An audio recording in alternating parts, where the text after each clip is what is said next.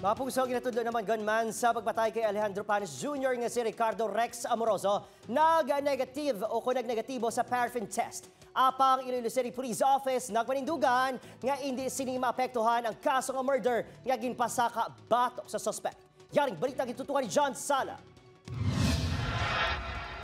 Nagwa ng resulta sang paraffin test ni Ricardo Rex Amoroso ang ginatudlo nagtiro patay sa waiter nga si Alejandro Panes Jr. Santo sa resulta, negatibo ini. Ang paraffin test ang ginapatigayon agud mahibaluan kung nakapalupok sang pusi ng isa ka persona nga makitaan sa mga makuha nga gunpowder residue sa iyalawas. Apisar nga negatibo ang resulta sang test, ginpahayag sang tagpamaba sang Iloilo City Police Office nga hindi makabig nga hilway na sa akusasyon batok sa iya si Amoroso. Kung may kwan sang gunpowder nitrates, no? Makasiling ka nga nagpalupok siya or wala. But again, history would tell us, sa bahin naman niya sa mga investigador sang kapulisan, it's not conclusive. Dugang panisang Grines, ang korte nang magadetermina sang pagkabalido sang kaso nga murder nga ginpasaka sa sospek.